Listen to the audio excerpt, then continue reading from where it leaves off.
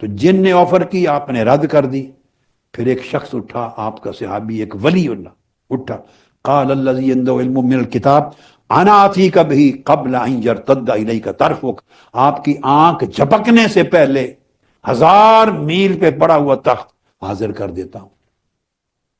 تمام مفسرین نے لکھا ہے وہ سفر تھا ملکہ سبا کا تخت یمن میں، 1 مہینہ جانے کا اور 1 مہینہ آنے کا، 2 ماہ کا سفر تھا. آنکھ جھپکنے نے آصف بن برخیہ نے تخت حاضر کر دیا. جب یہ تخت آ گیا تو اب قرآن مجید میں حضرت سلیمان علیہ السلام کے ایک درباری کا عالم یہ ہے، تو آقا علیہ السلام کی امت میں کیوں کرامات وارد نہیں ہوں گی، ظاہر نہیں ہوں گی، کیوں کیفیات وارد نہیں ہوں گی، اور ان کیفیات کا کسی پر غلبہ اور مغلوب ہو جانا، کسی کا غالب رہنا، یہ ہر ایک کے اپنے حسب حال، اپنے اپنے ظرف، اپنی اپنی استطاعت، اپنے اپنے صبر کے مطابق. بات میں نے بیان کر دی. حضرت خضر علیہ السلام اور موسیٰ علیہ السلام کا آپ کے سامنے میں نے کوئی واقعہ معجزہ کا بیان نہیں کیا، یہ اللہ کے نبی کا نہیں بیان کیا کہ کوئی یہ نہ کہے کہ یہ تو معجزہ ہے، نہ، میں نے صرف ان کا بیان کیے ہیں قرآن مجید کے تذکرے جو نبی نہیں تھے، جو ولی تھے، اولیاء تھے، اور کرامات بیان کی. حضرت خضر علیہ السلام کی کرامات آپ کو سب معلوم ہے، آپ نے ہر وقت ان کی سنی ہے. یہ کیفیت پھر صحابہ کرام کی اگر معلومات لینی ہوں تو پھر کتابیں بھری پڑی ہیں، ان کتابوں کو پڑھنا چاہیے. میرے بیٹوں اور میری بیٹیوں، یہ میں نے جیسے انٹرنیٹ سے آپ کو وہ معلومات نہیں مل سکتی، یا صرف اردو دانوں سے نہیں مل سکتی، واعظوں سے نہیں مل سکتی، اور فتنہ پرور لوگوں سے نہیں مل سکتی جو صرف ذہنوں میں شکوک پیدا کرتے ہیں. میری اپنی کتاب ہے الموسوعہ القادریہ فی العلوم الحدیثیہ، اس میں نے 70 ان کتابوں کا تعارف کروایا ہے جو صحابہ کرام کے احوال پر، طبقات پر ہیں. ابن سعد کی ابن قانے کی معجم الصحابہ ہے، ابن حبان کی تاریخ الصحابہ ہے، ابن مندہ کی معرفت الصحابہ ہے، ابو نعیم کی معرفت الصحابہ ہے، ابو نعیم الاصبہانی کی حلیت الاولیاء ہے، ابن عبد البر کی الاستیاب ہے، ابن عبد البر کی الذیل ہے، ابن الجوزی کی صفت الصفوہ ہے، اور ابن الاسیر کی اسد الغابہ ہے، علامہ ذہبی کی سیر اعلام النبلاء ہے، امام اسقلانی کی الاصابہ ہے، واقدی کی الطبقات ہے. الغرض 70 کتابیں بیان کی ہیں، 12,000 صحابہ کے احوال ہیں. کوئی ان 12,000 کے احوال ان سینکڑوں کتابوں میں پڑھے گا کھنگال کھنگال کے سطر سطر، تو اس کو پتہ چلے گا کہ ان پر کیفیات تھیں یا نہیں تھیں، ان پر واردات تھیں یا نہیں تھیں. ان سب نے ہر ایک کے احوال میں ایک نہ ایک 2 4 سب نے بیان کی ہیں، وارد ہوتی تھیں، مگر ان کی شہرت اس لیے نہیں ہوئی کہ ان کے ذمہ دین کے کرامات بھی تھی. میں سیدنا فاروق اعظم کے بیان کر چکا. میں آپ کو ایک صحابی بتاتا ہوں، بہت ساری ہیں، یہ بھی میری کتب میں ہے. حضرت عمران بن حسین رضی اللہ تعالیٰ عنہ ایک صحابی ہیں، عمران بن حسین. صحیح مسلم میں حدیث ہے، صحیح مسلم میں. صحابہ کرام میں سے ایک عمران بن حسین سواد کے ساتھ، ملائکہ صبح و شام انہیں آ کر ان کے گھر پہ سلام کرتے تھے، اور دوسرے لوگ ملائکہ کا سلام کرنا سنتے تھے. اس سے بڑی کیفیت اور اس سے بڑی کرامت اور کیا ہوگی؟ صحیح مسلم اٹھا کے دیکھیں. انہ کلم الملائکۃ علی، خود بتاتے ہیں، عند راسی و عند البیت و عند باب الحجر. رات کو سوتے ہوئے ان کے سر کی طرف بھی سلام کرتے تھے، ان کے گھر پہ بھی سلام کرتے تھے. اور جس کو بتایا کہا میرے مرنے کے بعد ذکر کرنا، زندگی میں چھپائے رکھنا. یہ کتب حدیث میں ہے.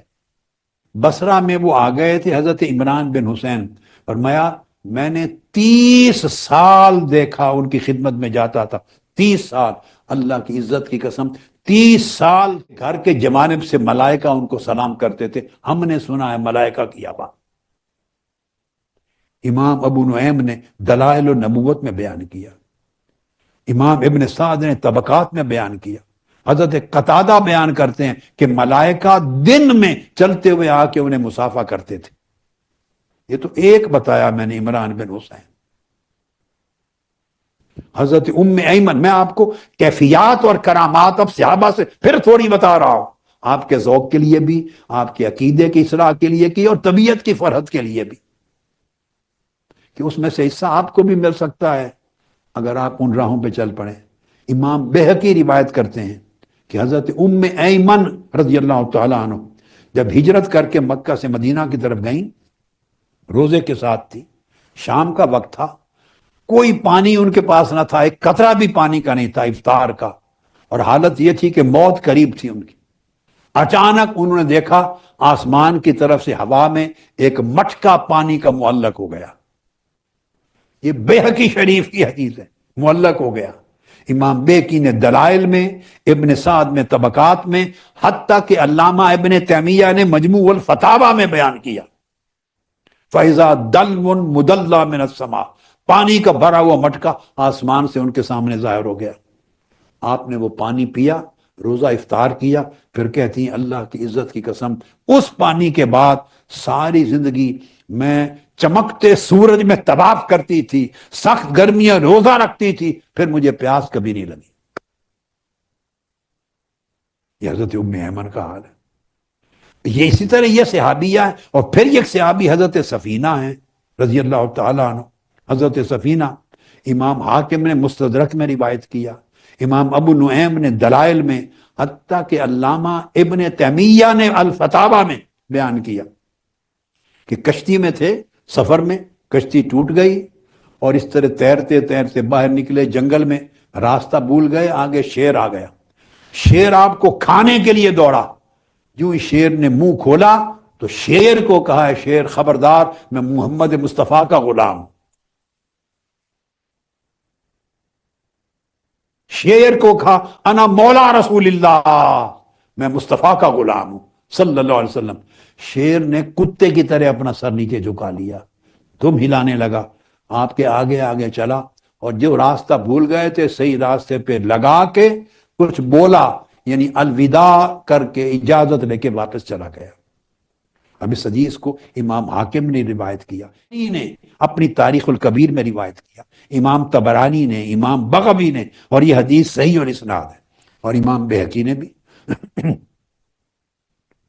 میں نے تو بہت کثرت سے چیزیں نہیں بتائیں، کچھ بتائی تھیں آپ کو، چلو آج سوالات کے بہانے اور آپ کا ایمان تازہ ہو جائے گا۔ ایک صحابی ہیں حضرت علا بن الحضرمی،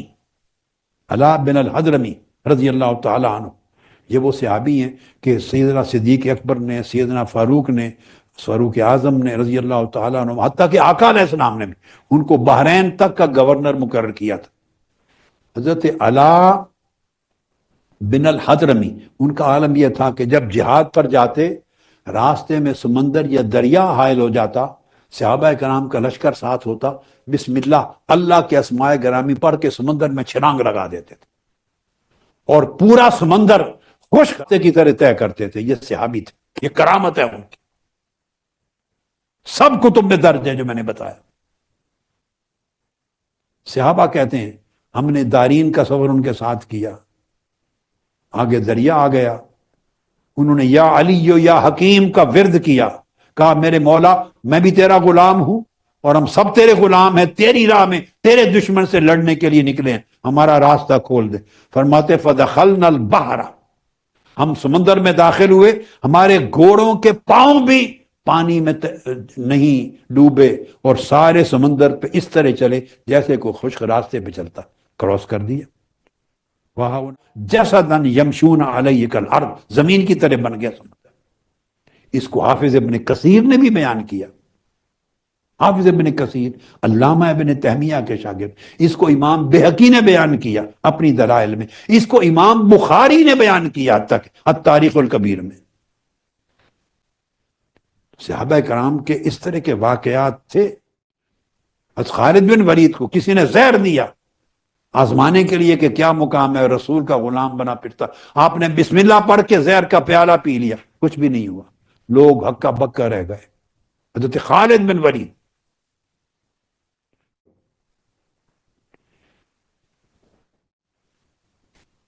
اسی طرح آگے آئیے، اب اس سے بڑھ کے ایک بات بتاتا ہوں، اور وہ یہ کہ حافظ ابن کثیر نے بیان کیا ہے اور امام بہقی نے دراصل حدیث میں بیان کیا، امام بہقی نے یہ حدیث میں، اور بڑے ائمہ نے اس کی توثیق کی ہے، اس کو درج کیا اپنی کتابوں میں۔ وہ یہ کہ ایک صحابیہ، خاتون صحابیہ مکہ سے ہجرت کر کے مدینہ آئی آقا علیہ السلام کے لیے، آقا علیہ السلام کی بارگاہ میں، اور نوجوان بیٹا بس بالغ ہی ہوا تھا، نوجوان بیٹا ساتھ تھا۔ حضرت انس رضی اللہ تعالیٰ عنہ فرماتے ہیں کہ ہم نے خاتون کو، صحابیہ کو عورتوں کی طرف بھیج دیا، اور ان کے نوجوان بیٹا جو 16-17 برس کی عمر کا ہوگا اس کو اپنے پاس رکھ لیا۔ مدینہ میں وبا تھی ان دنوں میں، سخت بخار تھا، اسے بخار ہوا اور اس کی ڈیتھ ہو گئی۔ اب میں امام بہقی کی کتاب الدلائل سے دلائل نبوت کی حدیث بیان کر رہا ہوں۔ وفات ہو گئی، ہم نے آقا علیہ السلام کو اطلاع کی، آقا علیہ السلام نے آ کے دیکھا، خود مشاہدہ فرمایا، اس کی آنکھیں بند کی اور ہمیں فرمایا اس کو کپڑے سے ڈھانپ دو اور اس کی تجہیز و تکفین، دفن کفن کا انتظام کرو۔ ہم اس کو غسل دینے ہی لگے تھے تو آقا علیہ السلام نے فرمایا یا انس ائت امہ فاعلمہا، اے انس جاؤ پہلے اس کی ماں کو اطلاع کرو کہ تمہارا جمع بیٹا مر گیا ہے، اس کو اطلاع کرو، بلا کے لاؤ۔ فاعلمتہا، حضرت انس ابن مالک فرماتے ہیں میں نے جا کے ان کی والدہ کو اطلاع کی، ان کی والدہ ادھر آئی، آقا علیہ السلام سامنے بیٹھے ہیں، صحابہ کرام بیٹھے ہیں، اصحاب صفہ کی جگہ ہے مسجد نبوی میں، ان کی والدہ صحابیہ کہتی ہے میرے مولا میں بتوں کو چھوڑ کے تیرے اور تیرے حبیب کی طرف آئی تھی، تیرے اور تیرے حبیب کی طرف آئی تھی، میرا بیٹا اگر یہاں مر گیا تو بتوں کو پوجنے والے مجھے تانا دیں گے، تیرے اور تیرے محبوب کے نام پہ حرف آئے گا، یہ میرے اوپر مصیبت نہ ڈا، میرے بیٹے کو زندہ کر۔ حضرت انس ابن مالک فرماتے ہیں فواللہ، اللہ کی قسم، من قضا کلامہا حتی حرک قدمہی، اس کی ماں کی بات ابھی ختم نہیں ہوئی تھی کہ پاؤں ہل پڑے، والکا ثوبان وجہی، بچے نے کفن اتار دیا، اپنے اوپر منہ سے کفن اتار دیا، وعاش حتی قبض اللہ ورسولہ، اس وقت تک زندہ رہا جب تک آقا علیہ السلام کا وصال نہیں ہوا، پھر اس کی ماں جب تک زندہ رہی بچہ نہیں مرا، ماں کے بعد مرا۔ سن لیجیے، حافظ ابن کثیر نے بیان کیا، وہ کوئی عام صوفی تو نہیں ہے تذکرے کرنے والے، علامہ ابن تیمیہ، حافظ ابن کثیر، علامہ ابن القیم، وہ تو اس ایک خاص طبقے کے اکابر علماء میں سے ہیں کہ وہ کمزور چیز کو قبول نہیں کرنے والے، وہ تو حضور کی سیرت اور شمائل میں بیان کرتے ہیں اور اس ثبوت میں لاتے ہیں کہ یہ ساری کرامات و کیفیات حضور علیہ السلام کے معجزات کا تسلسل ہے، امت میں معجزات کا تسلسل ہے، وہ یہ بیان کرتے ہیں۔ حافظ ابن کثیر نے اور بیان کیا ہے اپنی کتاب شمائل الرسول میں، وہ کہتے ہیں کہ ربعی بن حراش الابسی، یہ صحابی ہیں، کہتے ہیں میرا بھائی الربی بن حراش بیمار ہو گیا، ہم اس کی عیادت کو آئے، ہمارے سامنے فوت ہو گیا، اس کی ڈیتھ ہو گئی، ہم نے اس کی تجہیز کی، تکفین کے لیے لے گئے، کفن پہنا دیا، جب ہم نے اس کو کفن پہنا دیا فلما جئنا رفع الثوب عن وجہہ، جب کفنا چکے اس نے چہرے سے کفن ہٹا دیا، ثم قال السلام علیکم، مرنے تجہیز و تکفین کے بعد ابھی دفن نہیں کیا، کفن پہنایا، سلام کر کے کہا تم پہ سلام ہو، قلنا وعلیک السلام، ہم نے پوچھا الست قد مت، تم تو مر چکے تھے، قال بلا، اس نے کہا ہاں میں مر گیا تھا لیکن میں ابھی اپنے رب سے مل کے آ رہا ہوں۔ اللہ اکبر، اس نے کہا مرتے ہی میری ملاقات اپنے رب سے ہوئی ہے۔ حدیث پاک میں آتا ہے مومن کی، عاشق کی، اللہ والے کی جب روح پرواز ہوتی ہے،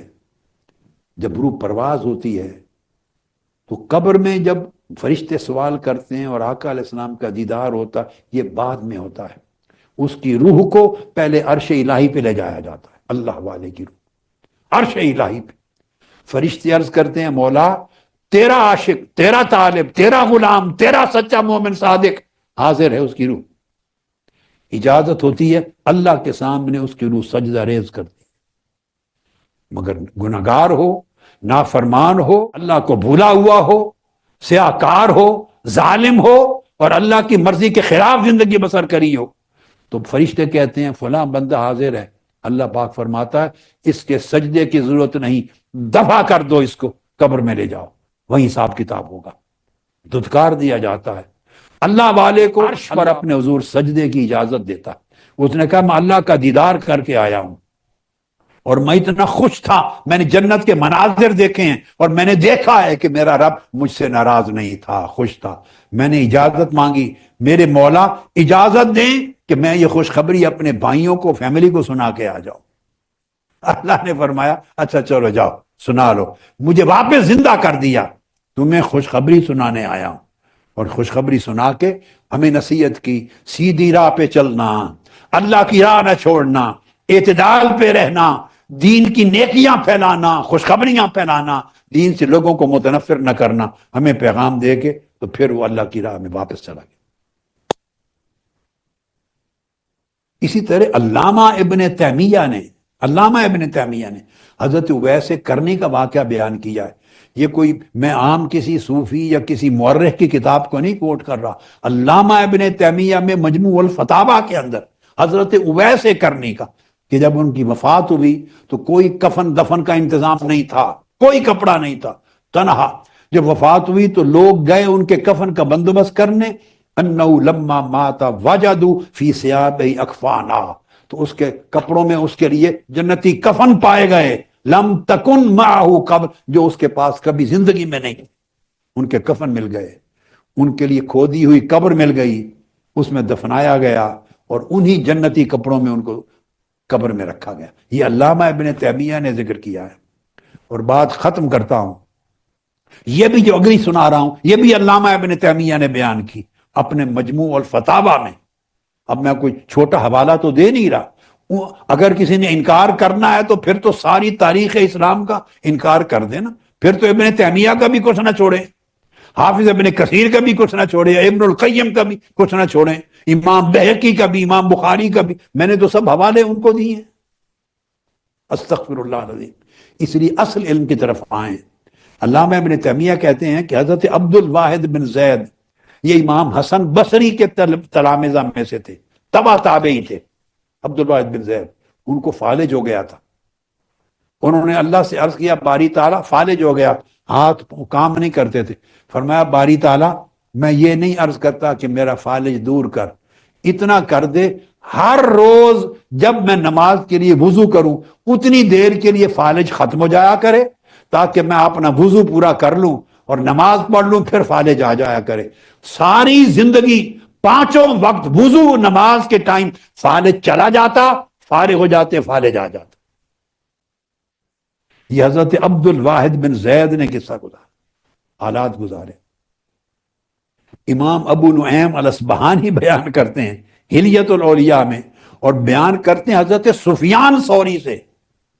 محدث ہیں، امیر المؤمنین فی الحدیث ہیں سفیان ثوری، وہ کہتے ہیں میں حضرت شیبان الرائی، جن کی باتیں کرتے رہے ہیں، صوفیاء، جذب والے، عشق والے، حال کیفیت والے لوگ، ان کے ساتھ حضرت سفیان ثوری کہتے ہیں کہ میں حضرت شیبان الرائی، یہ شیبان الرائی ابو بکر شبلی کے دوستوں میں سے، عاشقوں میں سے، بشر الحافی کے دوستوں اور عاشقوں میں سے، ابو حمزہ بغدادی کے دوستوں اور عاشقوں میں سے۔ سفیان ثوری کہتے ہیں ان کے ساتھ میں حج کے لیے گئے تو رستے میں ایک شیر آ گیا، اس شیر نے منہ پھاڑا، جنگل تھا ہمیں کھانے کے لیے، تو حضرت امام سفیان ثوری جو محدث بھی تھے صالح بھی تھے گھبرا گئے، کہتے ہیں شیبان رائی صوفی اللہ والے عاشق تھے، اس نے کہا اس وقت اللہ کا عاشق یاد آیا عظیم محدث اور امام کو، بھائی دیکھو یہ شیر آ گیا، اب ہم تو گئے، اب تو ہماری خیر نہیں۔ وہ ہنس پڑے، فرمایا گھبراؤ نہیں، لا تخف یا سفیان، اے سفیان ثوری گھبراؤ نہیں، ثم صاح بالاسد، پھر آپ نے ایک بڑے دبا کے ایک ڈرا دینے والی، دھمکا دینے، ڈانٹنے والی آواز، ڈانٹ کر کہا اس کو، شیر کو کہ خبردار ہمیں ڈسٹرب نہ کرنا، وَضَرَبَ بِذَنَبِهِ مِثْلَ الْكَلْبِ، وہ اپنے نیچے اپنی دم کو کتے کی طرح ہلانے لگ گیا، آپ نے اس کے کانوں کو پکڑ کے مروڑا، ہمارے راستے میں نہ آیا کر، وہ چلا گیا، شیر چھوڑ کے چلا گیا۔ حضرت سفیان ثوری کہتے ہیں میں نے پوچھا حضرت شیبان رائی سے، ما ہاذہ الشہرہ، اپنے مقام کی یہ شہرت یہ آپ نے کیوں ساری دکھائی؟ آپ نے فرمایا سفیان یہ کیا شہرت ہے، اگر میں شہرت چاہتا تو خدا کی قسم اسی شیر کو گدھا بنا کر مکہ تک اپنا سامان اس کے کندھوں پہ لاد کے لے جاتا اور یہ چلتا۔ اگر شہرت کا شوق ہوتا تو اپنا سامان اسی پر ہم لاد دیتے، ہمارے ساتھ چلتا، مگر ہم شہرتوں کے طالب نہیں ہیں۔ آپ ڈر گئے تھے، میں نے اس کو بھگا دیا۔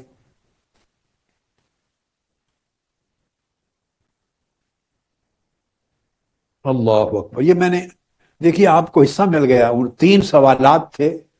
ان 3 سوالات کا جواب بس آپ کے نصیب میں تھا، تو یہ آج کی رات ایک عجب حصہ مل گیا۔ اب آخر پہ 14 عاشقوں کی بات کرتے ہیں جن کی طرف اللہ رب العزت نے حضرت داؤد علیہ السلام کو بھیجا، اس پر اختتام کریں گے بات کا، پھر اور بھی ٹائم ہو تو ٹھیک ہے۔ اور یہ امام غزالی نے احیاء علوم الدین میں بیان کیا ہے، ضرور سے پاک والا بھی دے دینا۔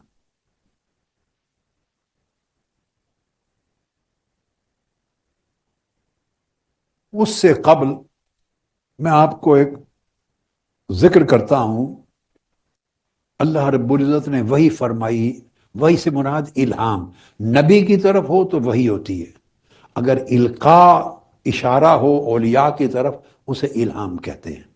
حضور سیدنا غوث العظم غوث الثقلین شیخ عبد القادر جیلانی رضی اللہ تعالیٰ عنہ نے غنیت الطالبین میں بیان کی، شیخ ابو طالب المکی نے قوت القلوب میں بیان کیا، امام غزالی نے احیاء علوم الدین میں بیان کیا، امام ابن قدامہ المقدسی نے منہاج القاصدین کے مختصر میں بیان کیا، شہاب الدین سہروردی امام ہیں، انہوں نے عوارف المعارف، ہر ایک نے بیان کیا کہ اللہ رب العزت نے الہام فرمایا اپنے بندوں کو، اور فرمایا کہ میرے کچھ بندے ایسے ہیں دنیا میں۔ اب یہ میں نے دلائل دیا، آج کی گفتگو دلائل کے ساتھ تھی، مگر صاحب ظاہر ہے آپ کا ذوق ایمانی بھی اس کو بھی بڑی ملی ہوگی تقویت اور فرحت اور فریشنس، تازگی ملی ہوگی۔ اب اسی تسلسل میں عاشقان الہی کے مشارب و تعلیمات کے باب میں اللہ پاک نے فرمایا میرے کئی بندے ایسے بھی ہیں جو مجھ سے محبت رکھتے ہیں، فرمایا سو میں ان سے محبت کرتا ہوں۔ فرمایا میرے کئی بندے ایسے ہیں جو مجھ سے محبت کرتے ہیں، عشق کرتے ہیں، سو میں ان سے محبت کرتا ہوں۔ فرمایا وہ میرے مشتاق ہوتے ہیں تو میں ان کا مشتاق رہتا ہوں۔ ان لی عبادا من عبادی یحبوننی واحبهم ویشتاقون الی واشتاق الیہم ویذکروننی واذکرهم وینظرون الی وانظر الیہم۔ فرمایا وہ مجھ سے محبت کرتے ہیں، عشق کرتے ہیں، میں ان سے محبت کرتا ہوں، وہ میرے مشتاق ہوتے ہیں، میں ان کا مشتاق ہوتا ہوں، وہ ہر وقت مجھے یاد رکھتے ہیں، میں ہر وقت انہیں یاد کرتا ہوں، وہ ہر وقت دل کی نگاہ سے مجھے تکتے رہتے ہیں، میں ہر وقت انہیں لطف و کرم کی نگاہ سے تکتا رہتا ہوں۔ یہ الہام فرمایا، اور فرمایا اگر کوئی ان کا طریقہ اختیار کر لے، یہ میسج ہے، اگر کوئی ان کا طریقہ اختیار کر لے تو میں ان جیسی کیفیات ان کو بھی عطا کر دیتا ہوں، انہیں بھی اسی راہ پہ ڈال دیتا ہوں، اپنی محبت و رضا اور قربت کی راہ پہ۔ اور اگر کوئی ان کی راہ سے ہٹ جائے، الٹی راہ پہ چل پڑے، تو میں ان کو رد کر دیتا ہوں، مسترد کر دیتا ہوں۔ ان صدیقین میں سے جو اولیاء کاملین جن کو یہ الہام ہوا، انہوں نے پوچھا باری تعالیٰ تیرے ان محبوب بندوں کی علامات کیا ہیں؟ علامات کیا ہیں؟ اللہ رب العزت نے فرمایا کہ علامات یہ ہیں کہ جب دن کے اوقات ہوتے ہیں تو اپنے نمازوں کے اوقات کی اس طرح حفاظت کرتے ہیں، اس طرح جیسے چرواہا اپنی بکریوں کی بھیڑ بکریوں کی حفاظت کرتا ہے، درندوں سے بچانے کے لیے، وہ شیطان سے بچانے کے لیے، نفس سے بچانے کے لیے اپنی عبادت و طاعت کے اوقات کی اس طرح حفاظت کرتے ہیں۔ یہ میسج ہے آپ کے لیے، جہاں بھی کام کر رہے ہو، مزدوری ہو، محنت ہو، روزگار ہو، کوئی نوکری ہو، زراعت ہو، کوئی کام کر رہے ہو، نماز اللہ کی حضوری کا وقت ہے۔ مصلی یہ اللہ کے دروازے کا میٹ ہے، چٹائی ہے اللہ کے دروازے کے آگے۔ یہ لمحہ ملاقات ہے، لمحہ ملاقات ہے۔ نماز کے اوقات کی اس طرح حفاظت کرو جیسے چرواہا اپنے ریوڑ کی حفاظت کرتا ہے کہ کوئی ایک بھی بھیڑ بکری مس نہ ہو جائے اس کے ریوڑ سے۔ فرمایا پہلی علامت یہ ہے کہ دن اس طرح گزارتے ہیں، گناہوں سے بچتے ہیں، اور جب غروب آفتاب قریب ہوتا ہے تو اتنا مشتاق ہو کر غروب آفتاب شام کے اندھیرے کا انتظار کرتے ہیں جیسے پرندے شام کے وقت اپنے گھونسلوں میں جانے کا انتظار کرتے ہیں۔ اس لیے انہیں معلوم ہے جب سورج ڈوب جائے گا، جب رات چھا جائے گی، بستر لگا دیے جائیں گے، چار پائیاں بچھا دی جائیں گی، تب دوستوں کے ساتھ تنہائی اور خلوت میں ملنے کا وقت شروع ہو جاتا ہے۔ پھر محب اور محبوب ملتے ہیں اس وقت جب رات کے اندھیرے چھا جاتے ہیں اور دوست اپنے دوستوں سے خلوتوں میں ملنے لگ جاتے ہیں۔ اس وقت وہ مجھ سے ملنے کے لیے اپنے چہرے سجدوں میں بچھا دیتے ہیں، میرے قریب آنے کے لیے، میری ملاقات کے لیے اپنے ماتھے، اپنے چہرے سجدوں میں بچھا دیتے ہیں، پھر میرے کلام کی تلاوت کر کے مجھ سے ہم کلام ہوتے ہیں۔ واہ واہ واہ واہ، میرے قرآن کی تلاوت کرتے ہیں اور میرے قرآن کی تلاوت کے رنگ میں مجھ سے ہم کلام ہوتے ہیں، میرا کلام اپنے منہ سے دہرا کے مجھ سے ہم کلام ہوتے ہیں، مجھے پکارتے ہیں، مجھے مناجات کرتے ہیں، پھر میرے انعامات کا ذکر بڑی عاجزی سے کرتے ہیں، میری شفقت و رحمت کا ذکر عاجزی سے کرتے ہیں، میری بخشش و مغفرت کا ذکر بڑی عاجزی سے کرتے ہیں۔ ان میں سے کچھ تو گریہ و زاری کرتا ہے، کچھ ان میں آہ و بکا کرتا ہے، ان میں کوئی خشوع و خضوع میں گرا جاتا ہے، کچھ آہ کرتے ہیں، کچھ زاری کرتے ہیں، کوئی قیام میں لمحے گزارتے ہیں، کچھ قعود میں گزارتے ہیں، کچھ رکوع میں گزارتے ہیں، کچھ سجود میں گزارتے ہیں، اور میں ان کی یہ حالتیں اور کروٹیں تکتا رہتا ہوں۔ اور پھر فرمایا پھر میں انہیں انعامات دیتا ہوں۔ پہلا انعام تو یہ دیتا ہوں کہ میں اپنا نور ان کے دلوں میں ڈال دیتا ہوں اور اپنے نور سے ان کے دلوں کو روشن کر دیتا ہوں۔ ان کے دلوں کی جو پہلے تاریکی تھی، جو گناہوں کی وجہ سے ہماری تاریکیاں آ جاتی، ایک گناہ بولتے ہیں، ایک جھوٹ بولتے ہیں، ایک گالی دیتے ہیں، ایک نفرت کرتے ہیں، ایک غیبت کرتے ہیں، ایک چغلی کرتے ہیں، ایک دھوکہ بازی کرتے ہیں، ایک دجل اور فریب کرتے ہیں، ایک خرابی کرتے ہیں، اتنے سیاہی کے نقطے دھبے لگتے چلے جاتے ہیں، اور دن بھر گنتی کریں، اگلے دن، ہفتوں میں، مہینوں میں، سالوں میں، دل میں کوئی جگہ بچتی نہیں جہاں سیاہی اور تاریکی نہ ہو، سارا دل تاریک ہو جاتا ہے، پورا دل۔ اور اس کے برعکس اگر آپ ایک نماز پڑھتے ہیں، اللہ کا ذکر کرتے ہیں، اس سے محبت کرتے ہیں، پھر سچ بولتے ہیں، کسی کی خدمت کرتے ہیں، ایمانداری کرتے ہیں، دیانتداری سے کاروبار کرتے ہیں، غیبت نہیں کرتے، زبان روکتے ہیں، اچھائی بیان کرتے ہیں، بھلائی بیان کرتے ہیں، دین کی دعوت دیتے ہیں، صدق اور اخلاص سے کام کرتے ہیں، دوسرے کے لیے تواضع اور انکساری کرتے ہیں، بھائی دوسرے کے جوتے سیدھے کر دیتے ہیں، مرکز پہ آپ جھاڑو دے دیتے ہیں مرکز کا۔ ہم تو یہ اپنی حد تک سمجھتے ہیں، ہم سمجھتے ہیں میں تو صدر ہوں، میں تو عہدیدار ہوں، میں تو ہیڈ ہوں، میں تو ڈائریکٹر ہوں، میں تو یوتھ لیگ کا سربراہ ہوں، میں تو MSM کا سربراہ ہوں، میں تو نائب ناظم اعلیٰ ہوں، میں تو فلاں درجے پر ہوں، میں ویمن لیگ کی صدر ہوں، میں تو فلاں ناظمہ ہوں، فلاں زون میرے انڈر ہے۔ ہم تو خمار سے باہر نہیں نکلتے، اور اللہ والے بندے عاجز ہوتے ہیں، جھاڑو دیتے ہیں، جھاڑو۔ عادت ڈالیں، جھاڑو دیا کریں، مسجد کا، ادارے کا، دفتر کا ہاتھوں سے صفائی کیا کریں، جھاڑو دیا کریں، میز صاف کیا کریں، یہ سمجھ کر کہ یہ آقا کا مہمان خانہ ہے، اللہ کے دین کا مرکز ہے، یا اللہ کے مہمان آتے ہیں ان کے جوتے سیدھے کیا کریں، جوتے سیدھے کیا کریں، جوتے سیدھے کیا کریں، اٹھا کے پہنایا کریں۔ اس نفس ظالم کو جس نے برباد کر دیا ہے، کچلا کرے، نفس کو کچلا کرے تلوار سے، تواضع کی تلوار سے، ذلت کی تلوار سے نور جمع ہونا شروع ہوتا ہے، نور کے نقطے لگتے ہیں دلوں پر، اور لگتے لگتے لگتے سارا دل منور ہو جاتا ہے، روشن ہو جاتا ہے۔ فرمایا تو میں ان کے دلوں میں اپنا نور ڈالتا ہوں، ان کا دل روشن کر دیتا ہوں، اور پھر اگلی بات، جب میں اپنا نور محبت کا، نور اپنی معرفت کا ان کے دلوں میں ڈالتا ہوں، دل روشن ہو جاتے ہیں، تو بڑی پیاری بات، اللہ اکبر۔ فرمایا پھر وہ لوگوں کو میری خبر دیتے ہیں۔ ہائے ہائے ہائے،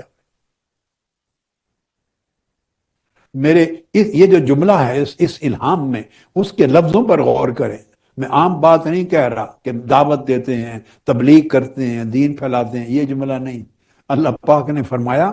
جب میں یہ کر دیتا ہوں تو پھر کیا ہوتا ہے؟ وہ لوگوں کو میری خبر دیتے ہیں جیسے میں ان کی خبر دے رہا ہوں۔ یخبرون عنی کما اخبر عنہ، جس طرح میں ان کی خبر دے رہا ہوں نا تمہیں کہ میرے بندے ایسے ہوتے ہیں، رات کو یوں کرتے ہیں، دن کو یوں کرتے ہیں، بستر پہ یوں کرتے ہیں، بچھونے پر یوں کرتے ہیں، سجدہ گاہ میں یوں کرتے ہیں، رکوع میں یوں کرتے ہیں، بچ بچ جاتے ہیں، روتے ہیں، مجھ سے ہم کلام ہوتے ہیں، جیسے میں ان کی خبریں دے رہا ہوں۔ تیرے میری پیاری پیاری خبریں وہ میرے بندوں کو دیتے ہیں، میری پیار کی باتیں بتاتے ہیں، ایسی باتیں بتاتے ہیں کہ میرے بندے مجھ سے عشق کرنے لگیں، میری ایسی باتیں بتاتے ہیں کہ میرے بندے مجھ سے محبت کرنے لگیں، میرے قریب ہونا چاہیں۔ یخبرون انی کما اخبر عنہم، جیسے میں ان کی خبر دیتا ہوں اس طرح وہ میری خبر دیتے ہیں۔ پھر دوسرا انعام وہ دیتا ہوں کہ اگر ساتوں آسمان اور سب زمینوں کی چیزیں ایک پلڑ تو میں ان کو اتنا کچھ دیتا ہوں کہ وہ پلڑے کم پڑ جائیں، تمہیں تصور بھی نہیں کہ کیا عطا کرتا ہوں۔ وہ جو عطا کرتا ہوں اس کا ذکر کل ساری رات ہوتا رہا، 27ویں شب ساری رات ہوتا رہا۔ اور تیسرا انعام یہ دیتا ہوں کہ میں خود ان کی طرف متوجہ ہوتا ہوں، اپنا چہرہ قدرت، لطف و کرم اور جلوہ حسن ان کی طرف متوجہ کر لیتا ہوں، اور جو کچھ میں انہیں دینا چاہتا ہوں اے بندے نہ میں تمہیں بتاتا ہوں اور نہ تم تصور کر سکتے ہو کہ ان کو کیا کچھ دے دوں گا۔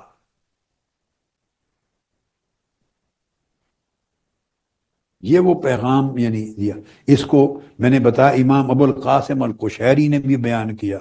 اور وہ پھر آگے انہوں نے جو روایت کی وہ بڑی دلچسپ، اس مضمون کے ساتھ انہوں نے اس کو اور وضاحت کی، اور جو روایت کی وہ امام ابو نعیم الاصبہانی نے حلیت الاولیاء میں، اور اسی طرح امام ابو القاسم القشیری نے الرسالہ القشیریہ میں، اور امام ابن الجوزی نے التبصرہ میں، اور امام قسطلانی نے ارشاد الساری میں، اور دیگر انہوں نے اس مضمون کو بیان کیا حضرت ابو سلیمان الدارانی کے حوالے سے۔ ابو الحسن احمد بن ابی الحواری بیان کرتے ہیں، حلیت الاولیاء سے کر رہا ہوں، کہ ایک دن وہ رو رہے تھے۔ احمد بن ابی الحواری بیان کرتے ہیں کہ میں داخل ہوا، وہ زاروں قطار رو رہے تھے۔ تابعی ہیں،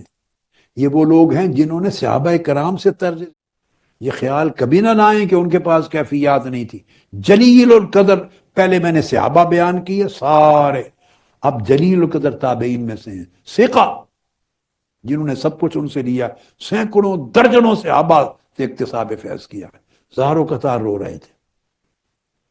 احمد بن ابی الحواری پوچھتے ہیں آپ کیوں رو رہے ہیں؟ فرماتے ہیں میں کیوں نہ روؤں، کیوں نہ روؤں احمد؟ فرماتے ہیں احمد میں کیوں نہ روؤں؟ مجھ تک یہ بات پہنچی ہے، انہو اذا جن اللیل وہدات العیون وخلا کل خلیل بخلیلہ واستنارت قلوب العارفین وتلذذت بذکر ربهم وارتفعت هممهم إلى ذي العرش وافترش أهل المحبة أقدامهم بين يدي مليكهم في مناجاته ورددوا كلامه بأصوات محزونة وجرت دموعهم على خدودهم وتقطرت في محاريبهم خوفا وحبا واشتياقا فأشرف عليهم الجليل جل جلالہ فنظر إليهم فأمدهم محبة وسرورا. مجھے معاف کر دیں. وہ کہتے ہیں میں کیوں نہ رہوں، مجھ تک یہ بات سکا طریق سے پہنچی ہے کہ جب رات کے سائے چھا جاتے ہیں، رات کے سائے، اندھیرے آ جاتے ہیں، رات ہے، آنکھیں بند ہو جاتی ہیں نیند کے لیے لوگوں کی، اور ہر چاہنے والا اپنے محبوب کے ساتھ تنہائی میں چلا جاتا ہے، اس وقت اللہ کے عاشقوں اور عارفوں کے دل روشن ہو جاتے ہیں اور یاد الہی کی لذت اٹھانے لگتے ہیں. اس وقت عاشقوں اور عارفوں کے حوصلے، ان کی ہمتیں، ان کے خیالات مالک عرش کی بارگاہ میں پہنچ جاتے ہیں بلند ہو کر، اور عاشقان حق اپنے بادشاہ جات میں مست و بے خود ہو جاتے ہیں، عاجزی کے ساتھ بچتے بچتے چلے جاتے ہیں، پھر پاکیزہ کلام پڑھتے ہیں اپنی غمگین آوازوں کے ساتھ، اپنے رانجے رازے کرتے ہیں، رانجے راضی کرتے ہیں، غمگین حزین آوازوں کے ساتھ اپنے کلام پڑھتے ہیں،